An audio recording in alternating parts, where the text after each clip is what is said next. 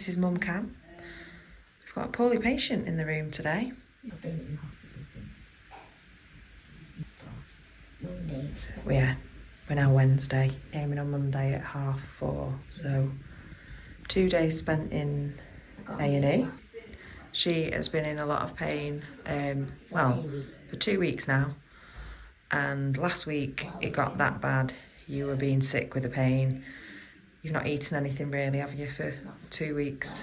Tiny nibbles of stuff, feeling sick constantly, severe pain in the right side of her back, in her kidney, which we suspected was kidney stones.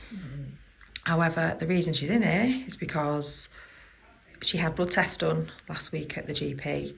On Friday, they called to say she needs to be admitted. She's battered, bless her.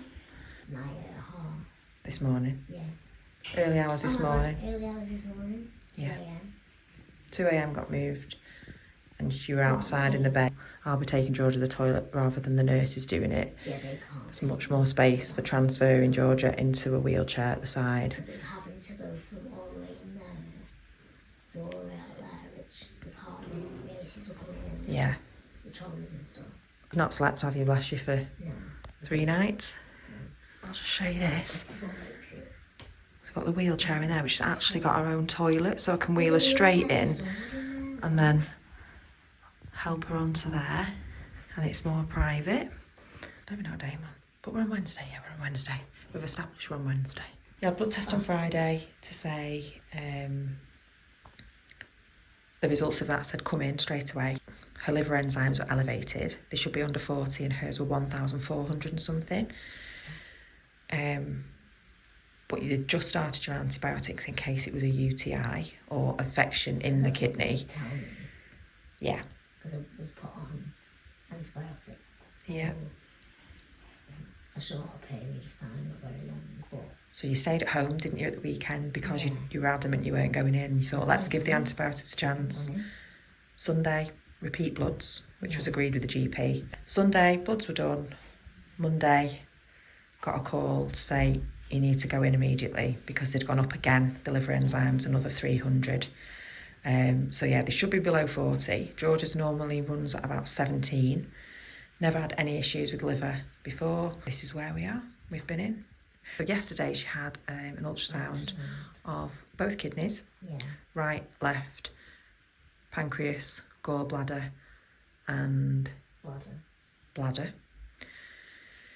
And luckily the liver and everything looks okay.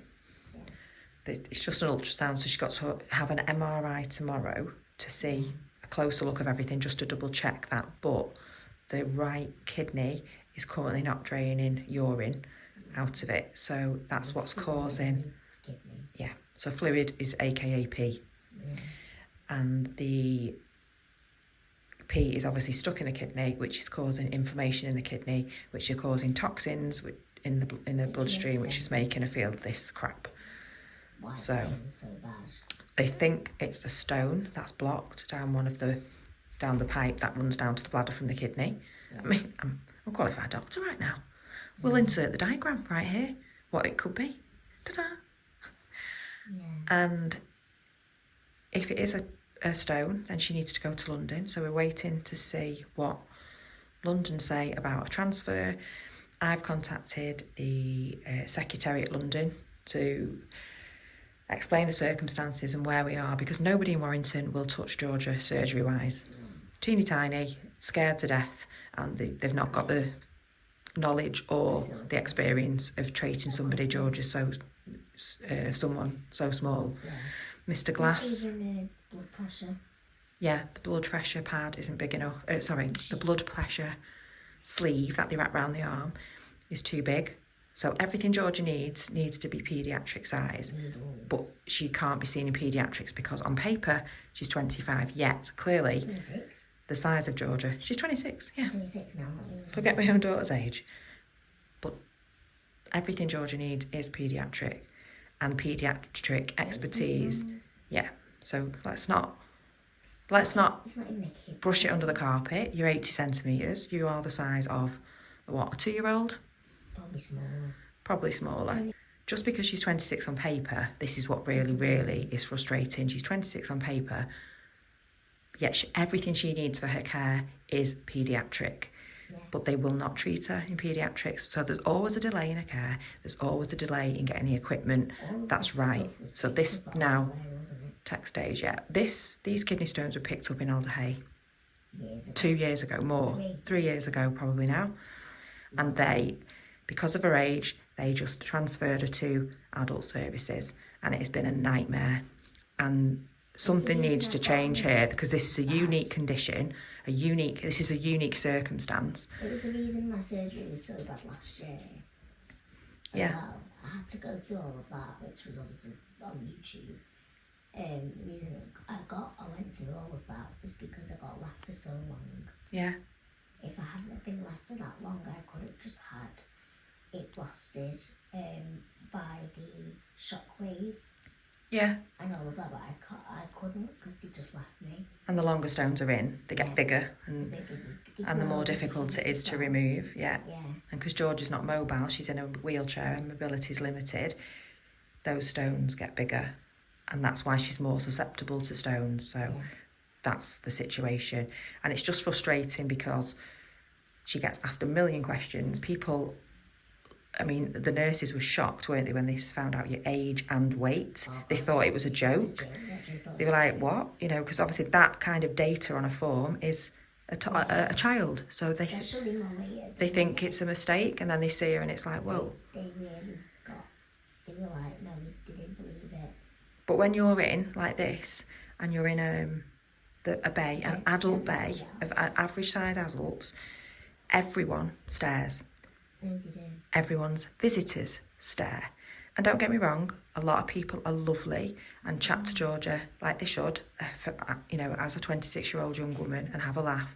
But some people are just really rude, will ask questions that you wouldn't ask somebody. Or just stare, unnecessarily, or their relatives stare, or they bring their kids to the ward to visit that mum who's had something wrong, and those kids are like looking around the curtain. It just adds an extra stress element to the treatment, which you don't need. So we're very grateful that she's in this room. I don't normally get this ever. The plan is you nil by mouth by midnight tonight. So I did Georgia a lovely jacket potato, which we will insert the clip in. Love that, didn't you? Yeah, because I'm not even hungry at the minute, but that was so nice. Yeah.